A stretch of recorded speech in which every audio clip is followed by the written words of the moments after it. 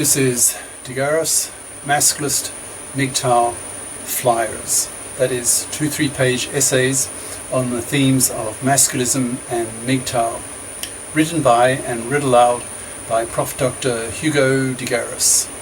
This is flyer number 3-4, entitled The Criminal Ethics of Gender Politicians. Description. This flyer tries to explain why the male-feminist, man-traitor gender politicians have been so criminal in their ethics towards men. It claims that it is largely because these gender politicians were utterly bought and selected by the banksters, that is the Jewish banksters, which ensured that they have no conscience about destroying millions of men's lives. Flyer itself. The criminal ethics of gender politicians. What kind of ethical values would you have to be a gender politician, given their horrible track record towards men?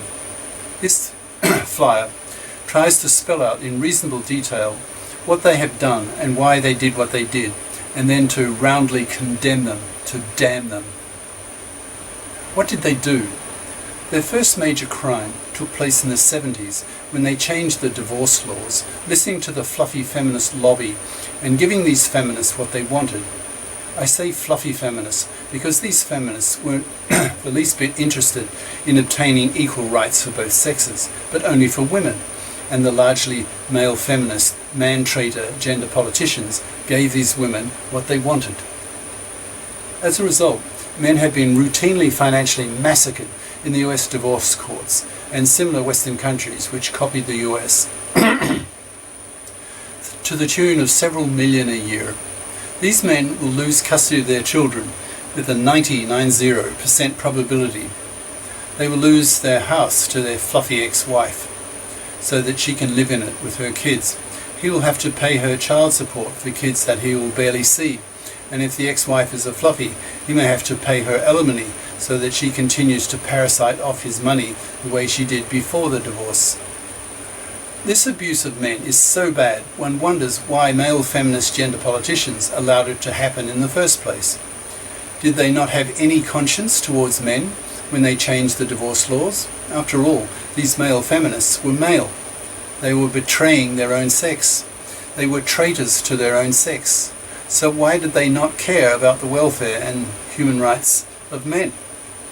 I think the answer to that question goes back over a century, and as a result of the totally corrupting influence of the Jewish central banksters of New York, Basel, Frankfurt and London. These Jewish banksters, whom I consider to be the greatest criminals against humanity in history, have been selecting and bribing politicians for over a century. They have already assassinated 4 US presidents and 2 more almost. The Jewish banksters control the issuance of the nation's money, so they can create as much money out of thin air as they want to bribe the politicians as much as they choose. Those politicians who strongly opposed the creation of the Federal Reserve Act in 1913 in the US then had to face political opponents at the next election who were heavily funded by money created out of thin air by these New York Jewish banksters, and lost. So US politicians soon learned to keep quiet about the Fed being a private Jewish bankster company and not a government agency that charged interest on the dollar bills it loaned to the Treasury, and its creation of the debt-enslaving dollar Ponzi scheme, robbing the people of half their taxes. The Federal Tax Agency, IRS, the Fed, the FBI, and the ADL, that's Anti-Defamation League, a group of Jews aiming to suppress criticism of Jews, so deeply sagist, meaning anti-intellectual, were all set up in the same year by the same Jewish banksters. So for a century, national politicians have been profoundly corrupt, bribable, morally inferior human beings who are worthy of our contempt. They care only for themselves and have no conscience. Things have got so bad that US presidents are actually selected by these Jewish banksters so that they do what the Jewish banksters want. They are selected partly due to their flaws that make them more bribable and hence more controllable by the Jewish banksters. Wilson was bribed, that's President Wilson, was bribed to sign the Federal Reserve Act due to his affair with some woman outside his marriage. Today's US President, now remember I wrote this 1 or 2 years ago, Obama is gay and lives with a male wife, whose name is not Michelle but Michael, who has a man's hands, shoulders, and has photos of him with a penis bulge in his dresses. Have a look at www.youtube.com/watch, WATCH, question mark, V equals S1 I P capital U V capital D 2 capital I capital T 4. You can get that link in the text flyer.